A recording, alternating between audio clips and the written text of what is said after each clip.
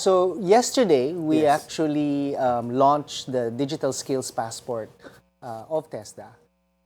This is designed and inspired by the Skills Passport of Singapore. No, so para po sa ating mga kababayan, ang Singapore po ay merong massive upskilling na programa na may Skills Passport at may vouchering program na dahil sa pangangailangan ho natin sa Pilipinas to, as you have said, match jobs to skills and skills to jobs, as well as to help us address the fear of AI disruption and transitioning for upskilling. Naisip ho namin sa TESDA na gumawa ng isang skills passport na isang all-in-one, kumbaga.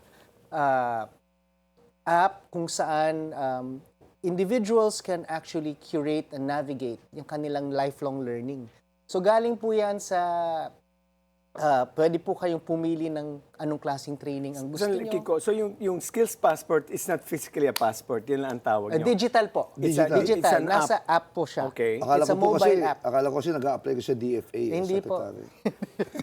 So tapos nandun sa app, nandun yung mga different skills that you can curate and choose. Yes, sir. So actually, there are 4 basic modules sa Okay. app namin. Ang unang-una is kung naghahanap po kayo ng training. Makikita ho ninyo that's doon nice. kung saan ho ang may training na malapit sa inyo. No, ano ho ang mga TVIs na registered with TESDA. Sorry, what is TVI?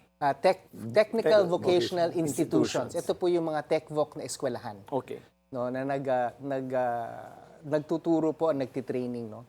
Makikita rin ho ninyo dyan dahil nakikita ninyo ang mga eskwelahan kung asaan po ang may scholarship slots na bukas. Okay. Pwede po tayo mag-apply all on your mobile app. Yung location po ng mga VocTech schools, Naka-GIS po. nandun. Nandun po.